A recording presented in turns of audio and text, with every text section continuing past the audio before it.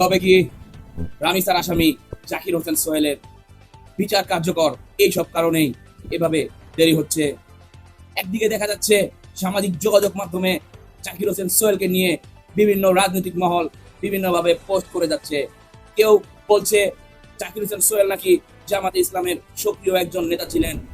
অপরদিকে আমাদের ক্রীড়ামন্ত্রী, বিএনপির সরকার দলীয় ক্রীড়ামন্ত্রী আমিনুল হকের সাহেবের সাথে তার ফেস্টুন রাস্তায় ঝুলন্ত অবস্থায় সামাজিক যোগাযোগ মাধ্যমে দেখা যাচ্ছে এবং ঘোরপাক খাচ্ছে।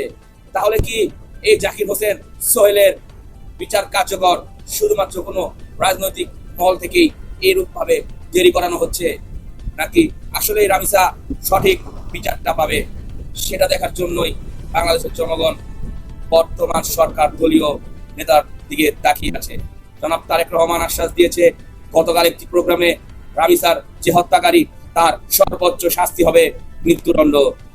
অপরদিকে সামাজিক যোগাযোগ মাধ্যমে দেখা যাচ্ছে জাকির হোসেন সোহেলকে নিয়ে বিভিন্ন রাজনৈতিক মহল বিভিন্নভাবে পোস্ট করছে সে নাকি বিভিন্ন রাজনৈতিক দলের সাথে সংযুক্ত ছিল।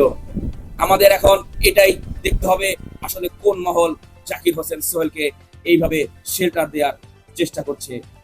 ভিডিওটা ভালো লাগলে অবশ্যই শেয়ার করে অপরকেও দেখার সুযোগ করে দিবেন এবং এই রামিসা হত্যাকাণ্ডের যে অভিযুক্ত আসামি জাকির হোসেন সোহেল তার যথাযথ বিচারের আগ পর্যন্ত আমরা এভাবেই আওয়াজ তুলবো, এভাবেই প্রতিবাদ করব।